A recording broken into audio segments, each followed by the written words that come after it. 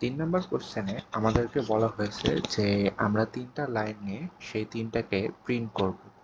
3টাকে print করার জন্য আমরা এখানে 3টা প্রিন্টএফ ফাংশন ইউজ করব। তাহলে আমাদের 3টা লাইন প্রিন্ট হয়ে যাবে। তাহলে আমরা যদি এখন প্রোগ্রামগুলো দেখি,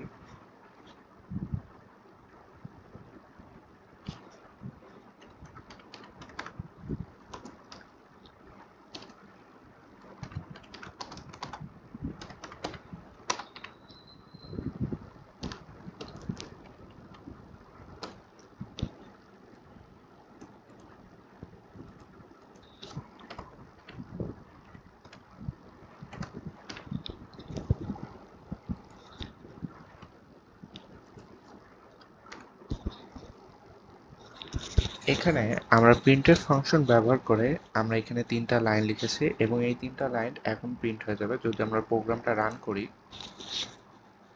এই যে এখানে আমাদের 3টা লাইন প্রিন্ট হয়ে গেছে।